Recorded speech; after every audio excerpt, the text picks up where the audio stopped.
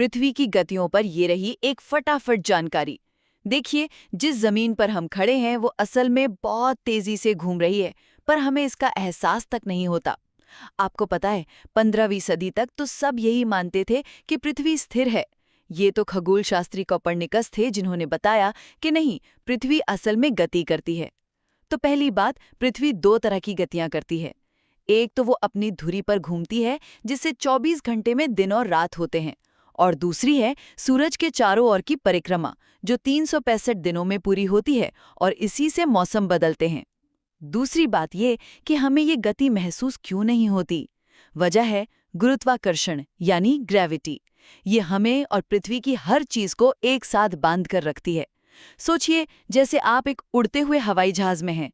जब तक सब कुछ एक ही गति से चल रहा है, आपको कोई झटका महसूस नहीं होता है ना। बस पृथ्वी के साथ भी यही होता है। और तीसरी और अंतिम बात, पृथ्वी अपनी धुरी पर सीधी नहीं है, बल्कि 23.5 डिग्री झुकी हुई है। और इसी झुकाव के कारण जो ध्रुव हैं यानी पोल्स, वहाँ 6 महीने का दिन और 6 महीने की रात होती है, क्योंकि वो बारी बारी से सूरज के सामने आते हैं या उससे दूर रहते हैं।